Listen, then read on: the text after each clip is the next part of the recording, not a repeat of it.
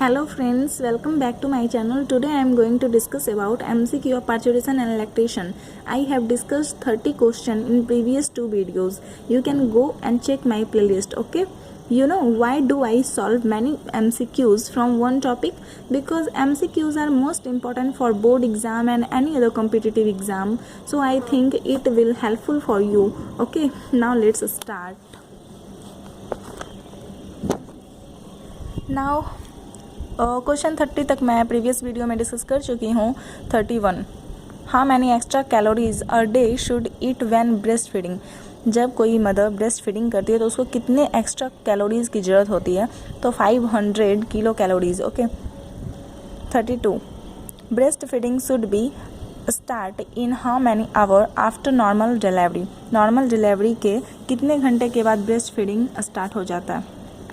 इसका आंसर होगा within half an hour, आधे घंटे के बाद. Okay. 33 breast feed child are less likely to have. Means जो बेबी ब्रेस्ट फीडिंग करता है तो उसको क्या चीज़ नहीं होने का रहता है?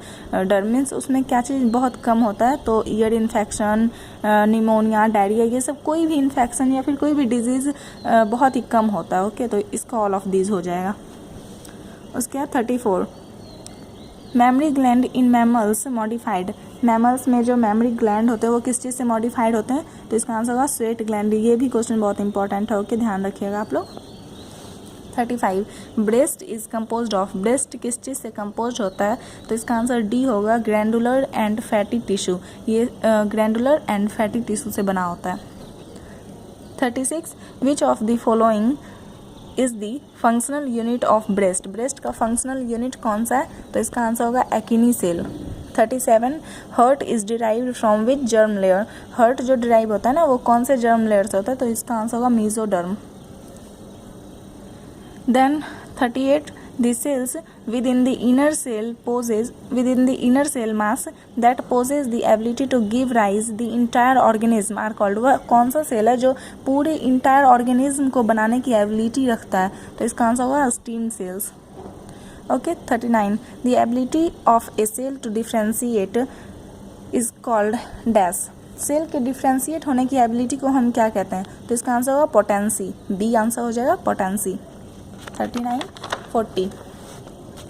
40 में what layer separate ectoderm from the endoderm in the developed foetus. Developed foetus means developing foetus में इक्टोडर्म और इंडोडर्म के लेयर को कौन सेपरेट करता है? तो इसका आंसर होगा मीजोडर्म. उस दोनों के बीच एक मीजोडर्म होता है. 41 fetal movement can be observed during dash. Fetal का मूवमेंट यानी बच्चे का मूवमेंट जो होता है ना वो कब देखा जाता है? तो इसका आंसर होगा सेकेंड ट्राइमेस्टर. ट्राइमेस्टर मीन्स होता है 3 मंथ को हम एक ट्राइमेस्टर कहते हैं. Okay. Means first trimester means क्या हो गया? फर्स्ट ट्राइमेस्टर मीन्स होता है 3 months and second trimester means 6 months. तो 6th मंथ्स तक में हम बच्चे के वो मूवमेंट को हम ऑब्जर्व कर सकते हैं. ओके. यानी सेकेंड ट्राइमेस्टर में. 42 external genital organ are developed during dash. External genital organ कब तक में डेवलप हो जाता है? तो इसका होगा first trimester. First trimester means क्या होता है? 3 मंथ्स. ओके. तो 3 मंथ में ना बहुत सारा ऑर्गन का डेवलपमेंट हो जाता है. 43 which organ is the first to formed the developing human foetus formed after just 1 month of pregnancy. बोल रहा है कि प्रेगनेंसी के 1 महीने के बाद कौन सा ऑर्गन डेवलप होता है? तो इसका आंसर होगा हर्ट. फर्स्ट आंसर हो जाएगा हर्ट. सबसे पहले बेबी में सबसे पहले हर्ट का ही फॉर्मेशन होता है. ओके. देन फिर सभी ऑर्गन का होता है.